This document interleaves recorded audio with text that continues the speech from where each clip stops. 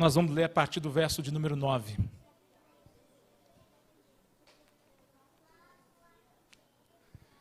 Todo mundo achou? Eu, João, irmão vosso e companheiro na tribulação, no reino e na perseverança em Jesus, achei-me na ilha chamada Patmos por causa da palavra de Deus e do testemunho de Jesus. Achei-me em espírito no dia do Senhor, e eu ouvi por detrás de mim uma grande voz, como de trombeta, dizendo: o que vês, escreve em livro e manda às 7 igrejas: Éfeso, Esmirna, Pérgamo, Tiatira, Sardes, Filadélfia e Laodiceia. Voltei-me para ver quem falava comigo, e voltado vi 7 candeeiros de ouro, e no meio dos 7 candeeiros, semelhante a filho de homem, com vestes talares e cingido à altura do peito com uma cinta de ouro. A sua cabeça e cabelos eram brancos como a alva lã, como a neve. Os olhos como chama de fogo, os pés semelhante ao bronze polido, como se refinado numa fornalha. A voz como voz de muitas águas. Tinha na mão direita 7 estrelas, e da boca saía-lhe uma espada afiada de 2 gumes. O seu rosto brilhava como o sol na sua força. Quando o vi, caí aos seus pés como morto, porém ele me pôs sobre mim a sua mão direita, dizendo: não temas, eu sou o primeiro e o último. E aquele que vive estive morto, mas eis que estou vivo pelos séculos dos séculos, e tenho as chaves da morte e do inferno. Escreve, pois, as coisas que viste, e as coisas que são, e as que hão de acontecer depois destas. Quanto ao mistério das 7 estrelas que viste na mão direita, e aos 7 candeeiros de ouro, as 7 estrelas são os anjos das 7 igrejas, e as 7 candeeiros são as 7 igrejas. Amém, meus irmãos? Senhor Deus, muito obrigado mais uma vez pela sua palavra, por estarmos aqui na sua presença.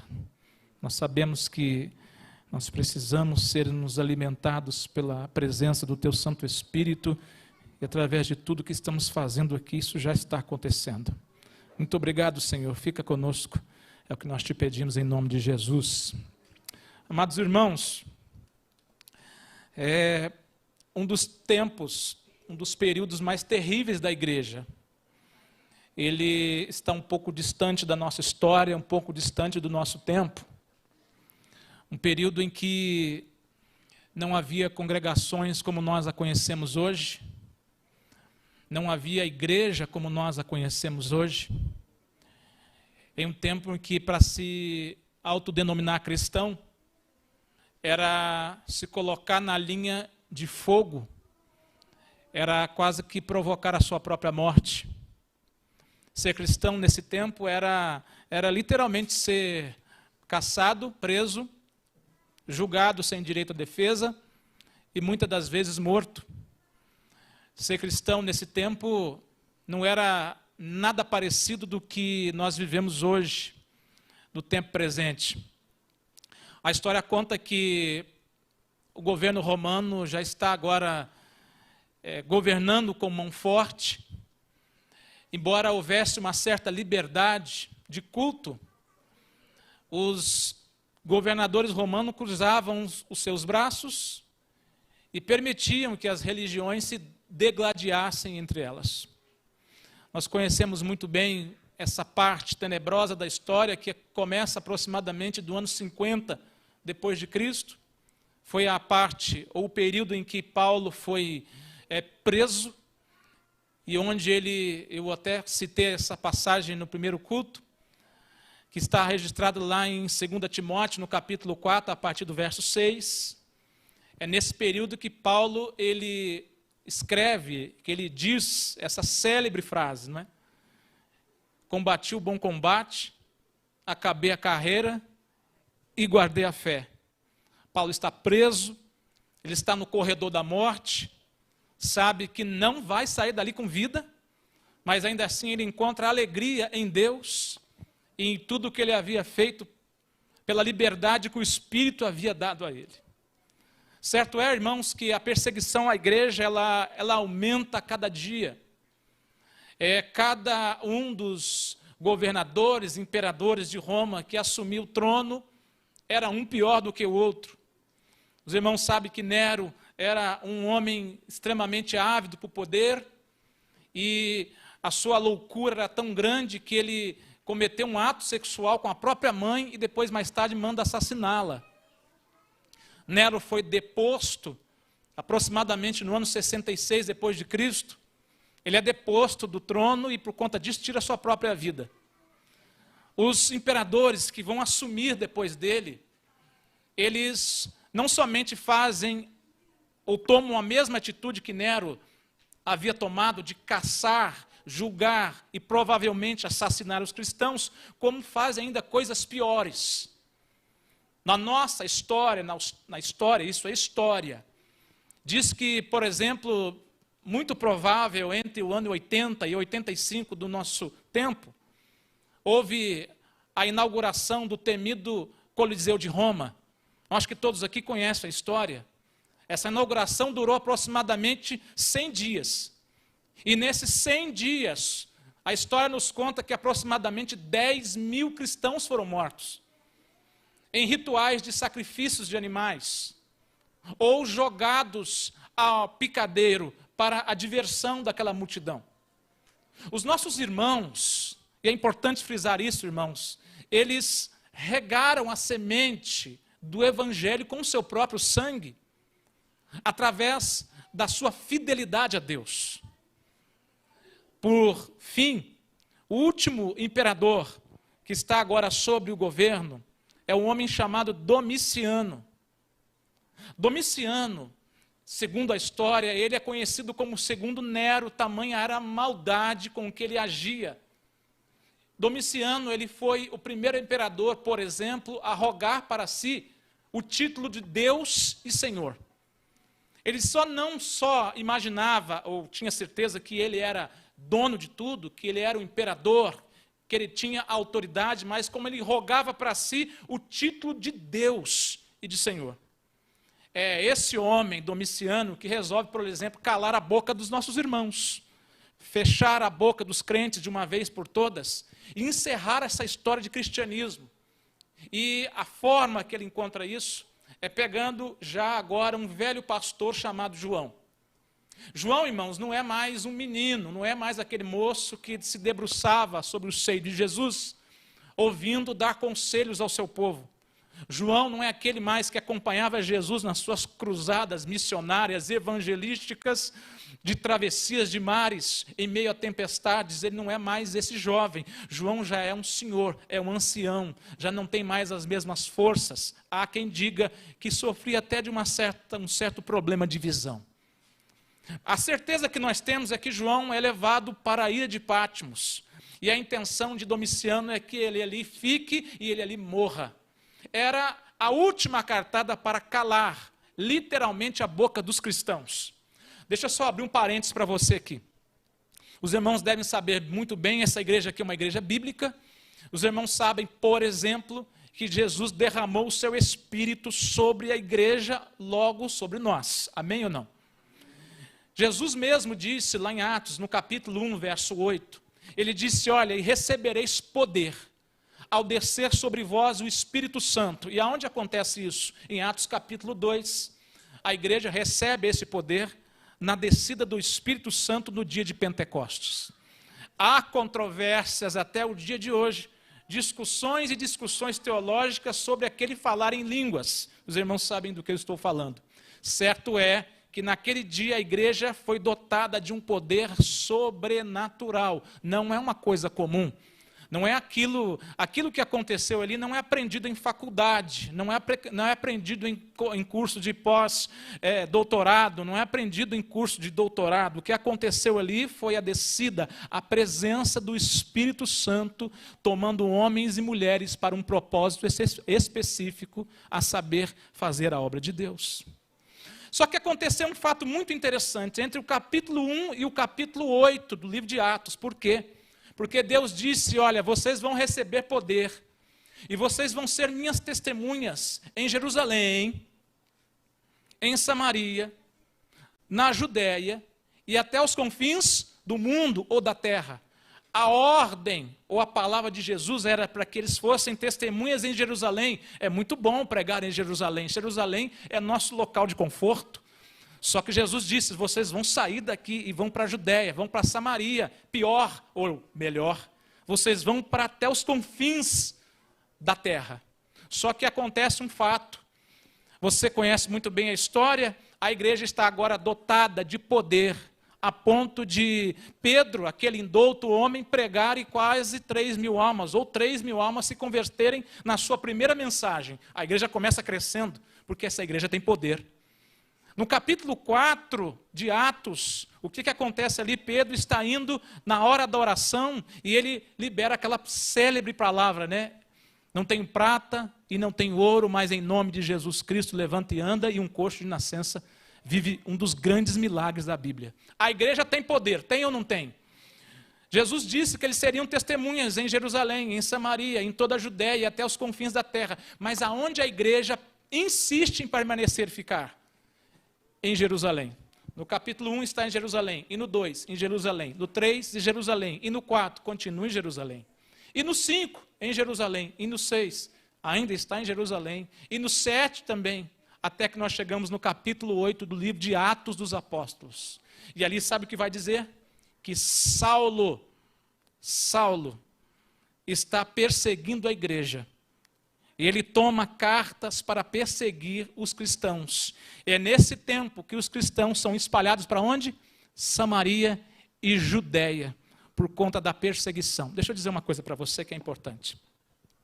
Algumas coisas acontecem na nossa vida, na nossa história, na nossa caminhada cristã, para que Deus possa cumprir, não o nosso propósito, mas o propósito dele. Deixa eu só dizer uma coisa para os irmãos sabem disso. Alguém que está mais interessado na sua obra, existe alguém que está mais interessado na obra de Deus, senão o próprio Deus? O próprio Senhor é o mais interessado para que a sua obra possa se expandir. Deus, ele trabalha através de nós para cumprir o seu propósito. Ontem eu estava participando de um programa, ontem não, na quinta-feira, lá é Hora de Orar, às 4:30 da tarde, no rádio, e uma irmã falou uma coisa muito interessante. O programa fala sobre oração, e muita gente liga, a gente não dá conta de ler, é tanta gente ligando, tanta gente entrando em contato por todos os meios de comunicação, todos os canais, e uma moça fez um comentário, eu achei muito interessante. Ela disse assim, ela disse assim, irmãos, eu peço a vocês que orem, mas eu não peço para que Deus resolva o meu problema, eu peço para que Deus mude o meu coração. E ali a história, a nossa conversa girou em torno dessa frase. Quando nós oramos, quando nós buscamos a Deus, quando Deus tem o seu propósito, Deus, irmãos, ele não vai mudar os seus planos por causa de nós. Ele vai mudar o nosso coração para que a gente possa entender os planos dele. E louvado seja Deus por isso. A igreja se espalhou. A igreja foi para a Judéia, para a Samaria, e vai se cumprir os confins da terra através de João, e através de nós, através de Paulo, e através da igreja hoje. Por que eu estou falando a respeito disso tudo, irmãos? Porque quando João está isolado na ilha de Pátimo, longe, abandonado, sozinho, eu posso imaginar isso, a Bíblia me dá margem para isso, eu posso imaginar o que é você ficar sozinho. O que é você ser o último do colegiado apostólico. Nenhum dos outros apóstolos de Jesus Cristo estavam mais vivos. João era o último, não tinha mais ninguém. Ele era o último dos apóstolos que caminhavam com Jesus. Mas sabe o que acalenta o meu coração, meus irmãos? Quando todas as portas aqui nessa terra se fecham, quando todas as possibilidades aqui nessa terra se fecham, quando o governo, quando as leis, quando até mesmo a própria igreja, não igreja como organização, mas pessoas, quando todas as possibilidades para nós estão se fechando, quando parece que a nossa alegria foi embora, sabe aquele desejo que nós tínhamos de pregar a palavra? E eu me lembro do primeiro dia que eu me converti, entrei numa igreja, eu queria ganhar o mundo para Jesus.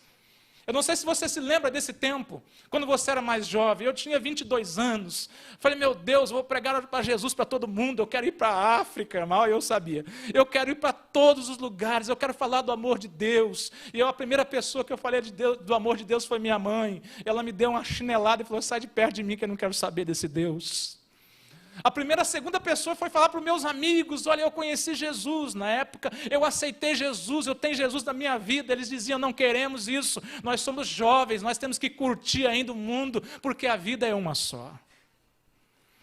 Eu falei para a minha namorada, até a namorada eu quase perdi, que hoje é minha esposa, eu falei assim, eu aceitei Jesus, ela sai de mim, porque você sabe que eu sou filha de Maria, eu dou catecismo, eu sou da catequese, não vem com esse problema para o meu lado não. Eu fiquei tão feliz quando eu me converti, irmãos, tão alegre, mas depois eu fui entender que converter-se a Jesus e seguir a Jesus e servir a Jesus não é esse mar de rosas que nos apresentam e que nos pregam. Servir a Jesus não é só essa alegria que está em comunidade, servir a Jesus de verdade, você quer saber? Essa é uma opinião minha, eu não sou dono da verdade, longe disso. Servir a Jesus é quando você chega lá na sua casa, fecha a porta, entra lá dentro, senta e vai falar com Deus, e só você e Deus sabe as agruras que você sente e está sentindo.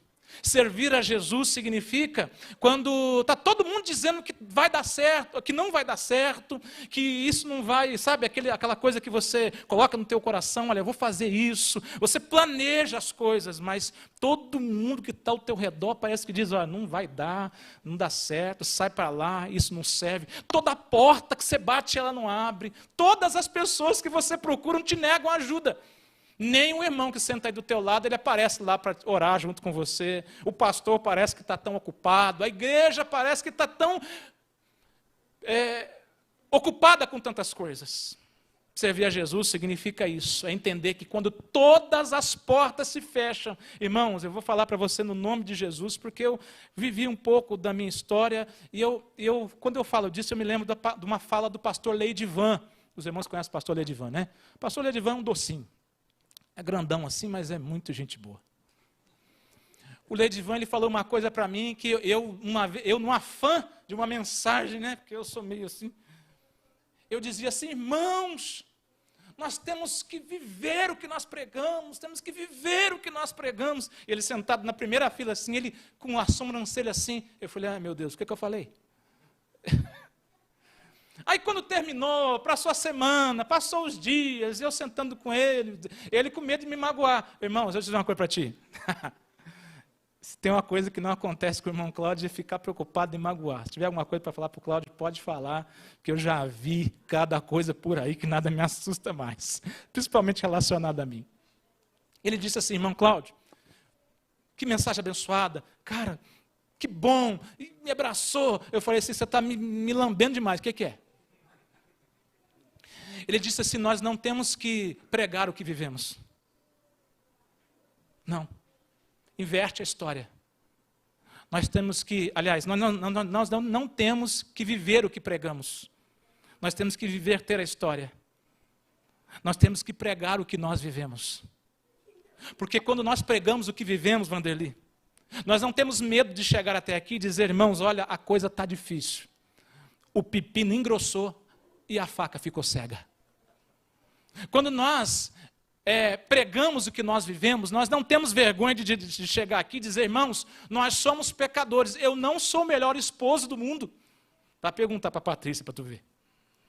Quando nós pregamos o que nós vivemos, nós não temos medo de saber das nossas debilidades e principalmente expô-las quando necessário. Quando eu olho para esse homem aqui, ele já não é mais aquele apóstolo que pediu para Jesus descer fogo do céu. Ele não é aquele que viu Jesus multiplicar pães e peixes, ele não é mais. Ele já está cansado pelo tempo. Mas Jesus abre uma porta e chama ele lá em cima. E fala uma coisa com ele. E ele diz no verso 9 que você leu comigo. Eu, João, irmão vosso e companheiro na tribulação, no reino e na perseverança em Jesus. Você sabe o que João está dizendo? Eu sou o vosso irmão. E eu sou o vosso irmão, sabe em quê? Na perseverança. e na tribulação, pelo testemunho de Jesus. O mesmo sentimento que os apóstolos sentiam. Estavam sentindo. Talvez nós sentimos nos dias de hoje. Sentimos medo. Sabemos que, será que nós vamos chegar até o final dessa caminhada e como vamos chegar? Nós temos aqui pastores, temos pessoas tão abalizadas. Nós sabemos que nós estamos sendo bombardeados por uma série de heresias. Nós estamos vivendo o tempo da confissão positiva. Eu declaro, eu determino, eu sou, eu profetizo. Tu não declara nada, tu não determina nada, tu não profetiza nada. Quem faz é Deus, por Deus, pela misericórdia de Deus e pelo poder de Deus. Nós estamos vivendo um tempo, irmãos, difícil quando trata-se de evangelho. Mas João está dizendo, eu, João, irmão vosso, companheiro, na tribulação e na perseverança, achei-me na ilha chamada Patmos. Ele disse, eu estou sofrendo igual a vocês, mas eu estou continuando, eu vou continuar perseverante. Eu vou continuar pelo testemunho de Jesus e pelo amor de Cristo. E eu vou me adiantar um pouquinho para mim não me demorar. O irmão falou que eu posso pregar até que hora que é ali naquele relógio? Até que hora que vai? Eu não peguei a cola. Até que horas? Isso, até as 14. Até que horas, irmão? Muito obrigado. Você vai para o céu. Vamos lá. E quando ele se encontra com Jesus, irmãos, se você quiser deixar sua Bíblia aberta, é importante. Vamos lá, que aqui eu vou discorrer rapidinho, não vou te cansar, e você não vai embora bravo comigo, igual o povo do primeiro culto foi.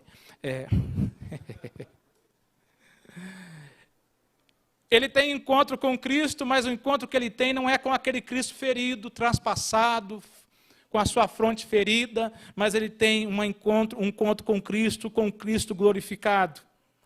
Jesus vai dizer para ele que ele é aquele que anda entre as 7 igrejas, que são os 7 candeeiros. Deixa eu dizer uma coisa para ti, que é importante. A gente consegue esconder as coisas de todo mundo, né? Consegue ou não consegue? Quando a gente quer esconder, esconde, não esconde? Você talvez consegue esconder as coisas do esposo, da esposa, do filho, do patrão, do amigo. Nós conseguimos esconder pensamentos, conseguimos, lógico. Mas de Deus, você e eu não conseguimos esconder nada. Jesus vai dizer assim, olha, eu ando entre os 7 candeeiros, que são as 7 igrejas. E ele vai repetir uma espécie de um estribilo. Eu conheço as suas obras. Eu sei quem vocês são. Eu conheço as suas obras. Para 5 dessas igrejas, a igreja de Éfeso, de Tiatira, de Sardes, de Filadélfia e de Laodiceia, ele repete a mesma frase, eu conheço as suas obras, eu sei quem vocês são. Eu sei quem vocês são dentro da igreja. Jesus sabe quem nós somos quando ninguém está vendo. Jesus sabe quem nós somos lá no nosso emprego, no nosso trabalho. Agora, deixa eu só abrir um parênteses aqui. E eu converso com muita gente, os irmãos sabem, né? Não vou entrar no mérito. Eu tenho recebido uma enxurrada. Eu vou mudar a palavra aqui, de cristãos preocupados. Porque são liderados por outros cristãos. Deixa eu dizer uma coisa para você que é líder. Guarda isso no teu coração se tu quiser e achar bom. As pessoas estão esperando mais de você. Não, mas eu só sei. As pessoas estão esperando mais de você. Todo mundo pode perder o controle do trem. Mas quando chegar em você, as pessoas esperam um pouco mais. Eu conversei com um dos nossos pastores a respeito de um assunto como esse. E ele começou a me dizer assim: irmão, eu sou sujeito às mesmas paixões. Eu disse: pastor, eu sei. Eu tenho os mesmos problemas. Eu disse: pastor, eu sei. Mas eu tenho família. Eu sei. O fato de o senhor ser um pastor ou de ser um líder não te faz melhor do que ninguém. Eu sei. Só que deixa eu colocar uma vírgula na situação. Quando se fala de vida espiritual, as pessoas esperam um pouco mais de você. As pessoas aguardam que você esteja, no mínimo, equilibrado.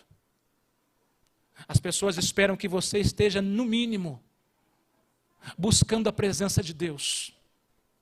Porque no tempo da angústia, no tempo da terrível perseguição, é para esse tempo, Vanderly, que nós estamos nos preparando, amém ou não? Nós estamos nos preparando para um tempo de flores, nós estamos nos encaminhando para um tempo de bonança, de águas tranquilas, ou nós estamos nos preparando para um vento contrário, para uma perseguição terrível, onde nem Bíblia nós teremos mais para ler, onde a única palavra que nós vamos conseguir recitar vai estar gravada nas tábuas de carne do nosso coração. As únicas mensagens que nós vamos conseguir transmitir entre nós, por nós e através de nós, nós teremos aprendido nas escolas sabatinas da vida.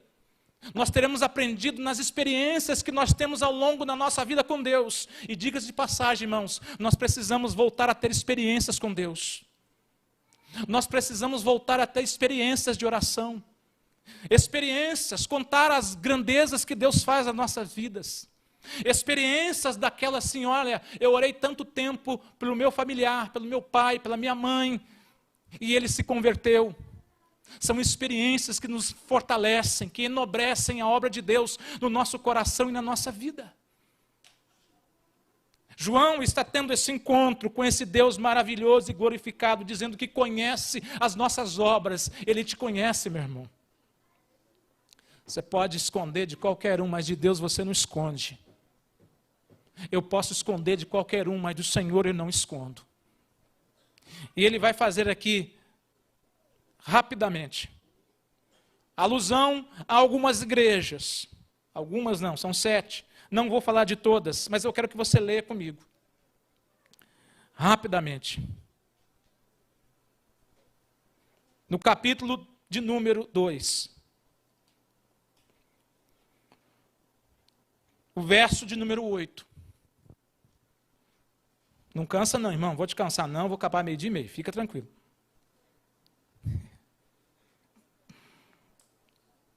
Achou? Apocalipse 2, 8 e 9. Palavras de Jesus. Ao anjo da igreja que está em Esmirna, escreve. Essas coisas diz o primeiro e o último. Que estive morto e tornou a viver. Conheço a tua tribulação e a sua pobreza.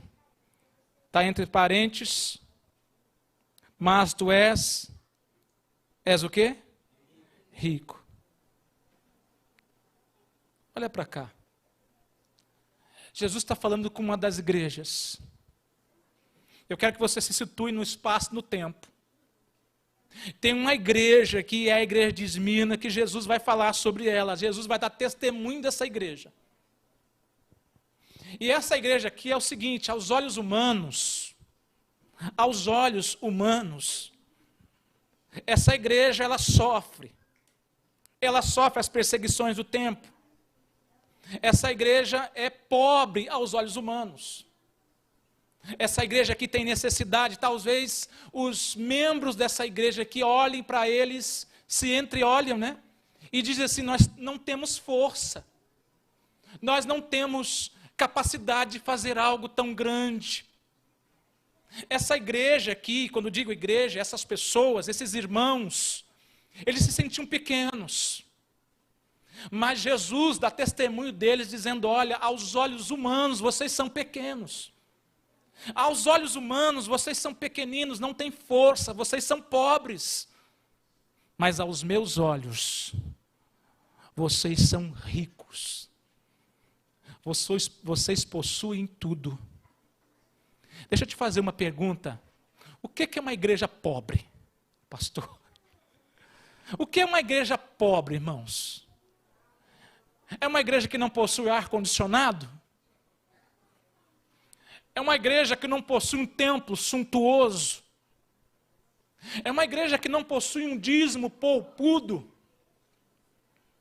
É uma igreja onde os membros dela não fazem parte da grande sociedade? Seria isso? Mas o que é essa igreja pobre? Essa igreja que pensa que não tem força, que na mente, no coração deles, talvez eles não encontrem forças para nada. Você sabe que um dia eu me senti parte dessa igreja pobre. Eu me lembro que eu me converti e eu fazia a obra de Deus com tanta coisa. Aí eu venho para a igreja e eu ficava tentando me achar. Falei, Jesus, eu preciso fazer alguma coisa. E aonde que eu vou enfiar? Eu vou falar igual os meninos na minha terra. Vou caber aonde? E eu passei tanto tempo assim, irmãos, era uma coisa, eu ficava me cobrando. Meu Deus, eu preciso fazer alguma coisa, porque eu vivia na rua, evangelizando, pregava nas praças, igual maluco.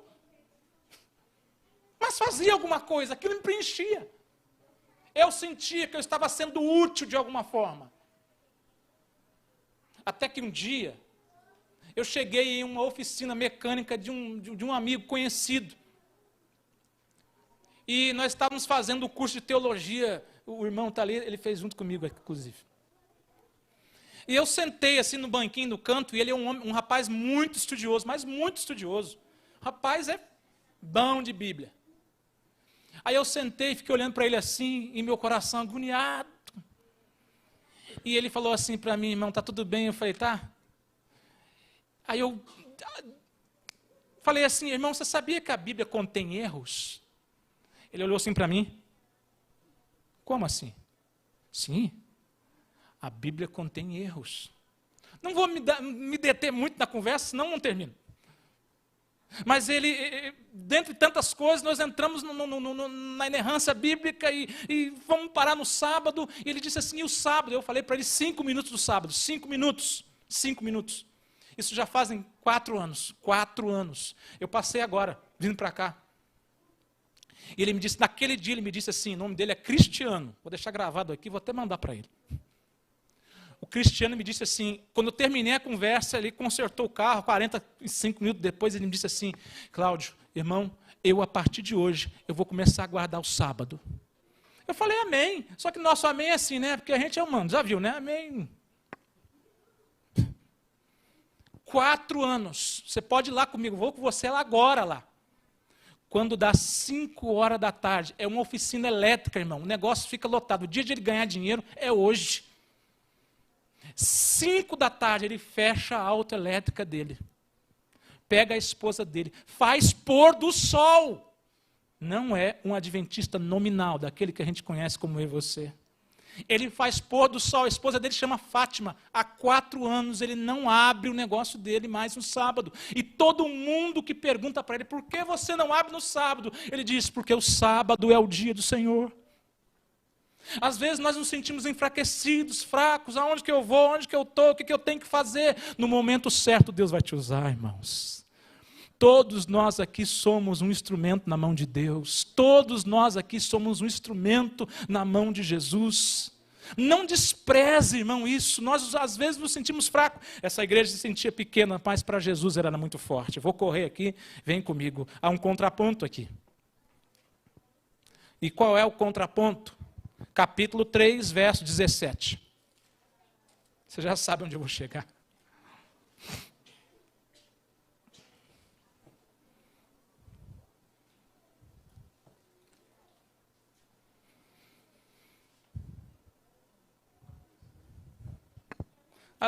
Aliás, vou ler do capítulo 3, no verso de número 15. Jesus está dando testemunho, não esquece. Jesus está dando testemunho da igreja de Laodiceia. Verso de número 15. Conheço as suas obras, que nem és frio nem quente. Quem dera se fosse frio ou quente. Assim, porque és morno, nem és quente nem frio, estou a ponto de vomitar-te da minha boca. Pois dizes, estou rico, abastado, e não preciso de coisa alguma, e nem sabes que tu és infeliz, sim, miserável, pobre, cego e nu.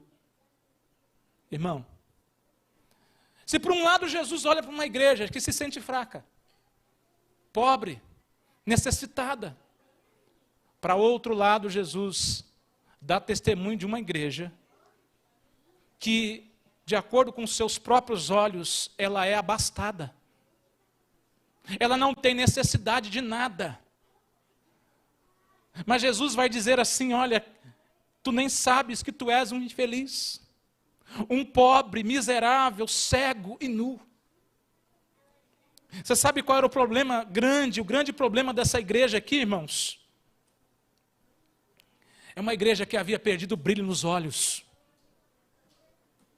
Essa igreja deste tempo havia perdido a alegria de pregar a mensagem.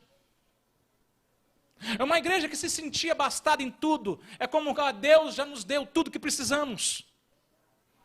Aí Jesus faz um conselho para eles, aconselho que de mim compres o ouro refinado no fogo e colírio para que vejas. Se por um lado tem uma igreja que é fraca, mas para Cristo no céu é forte. Por um lado tem uma igreja que se sente fraca, mas Jesus está dizendo, você é pobre, cega e nu. E precisa comprar ouro refinado no fogo. E colírio para que vejas. Eu quero convidar você, irmão, em nome de Cristo Jesus, o nosso Senhor, a meditar nessas poucas palavras. Nós estamos vivendo o tempo do fim. Eu acredito que nós estamos vivendo esse tempo. Eu acredito, o pior disso é tudo que a gente acredita mesmo. Nós estamos vivendo esse tempo. Não é o fim dos tempos, mas o tempo do fim. Quero convidar você a se colocar de pé, que eu quero orar com você.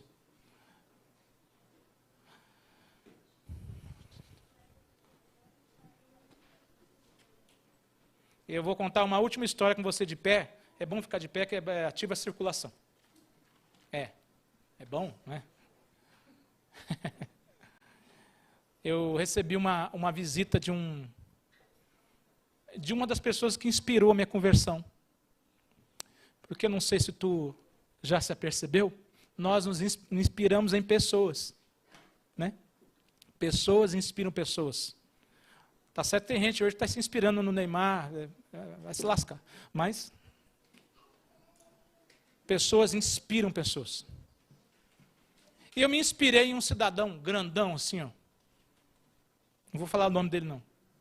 E esse rapaz, ele escapou, ele fugiu do massacre do Carandiru. Tem muitos que escaparam, né? Tem histórias. Mas ele é muito conhecido, foi muito conhecido. E ele escapou. Eu me lembro que ele falava de Jesus para mim, eu numa incredulidade, moleque ainda, né? Só queria... Mas ele falava e os olhos dele marejavam. E eu fiquei... Aí um dia ele me fez um convite para ir à igreja. Ele disse assim, Cláudio, vamos à igreja comigo? Eu falei, não vou não. Ele, rapaz, vamos na igreja comigo em nome de Jesus? Eu falei, não vou não. Ele falou, rapaz, desse jeito. Quem é de lá de Jacareí, você sabe que lá de Jacareí tem um shopping muito conhecido chamado Promovale. Vocês não entenderam, deixa para lá. É melhor não entender. Na porta do shopping grande, chamado Promovale, ele me disse assim, vamos à igreja em nome de Jesus. Eu disse assim, eu não vou. Ele disse assim, Cláudio, com o dedão assim na minha cara. Se você não for à igreja em nome de Jesus, escute bem o que eu vou te falar. Porque em nome de Jesus, a morte sai. Em nome de Jesus, a doença sai. E no nome de Jesus, o diabo sai. Com o dedo em mim assim. E ele falou para mim, voltou a continuar falando, se você não for em nome de Jesus, você é pior do que a morte, do que a doença e do que o diabo. Parece brincadeira, não é. Diante de Deus, ele me falou isso e eu fui.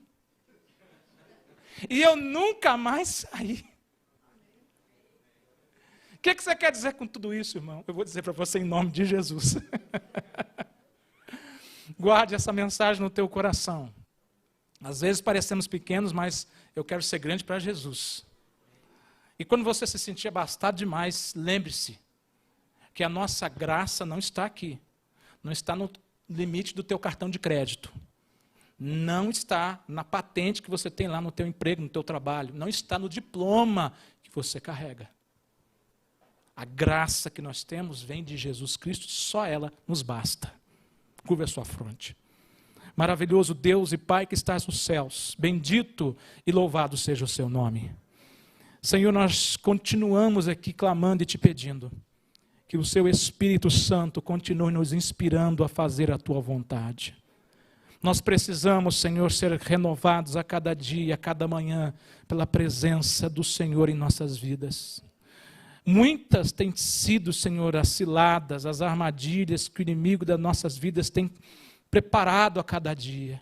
Muitos irmãos enfraquecidos na fé, muitos casais lutando pelo seu casamento, muitos jovens cocheando entre dois pensamentos, entre te servir e ir após os prazeres do mundo. Senhor, guarda-nos pela misericórdia infinita. Toca-nos de uma maneira muito especial. É esse pedido que nós te fazemos nesse primeiro sábado do ano de 2024. Que nós sejamos inspirados pela tua presença, que sejamos iluminados pela tua palavra. É o que nós te pedimos e já te agradecemos, em nome de Jesus. Amém e amém. Que Deus te abençoe.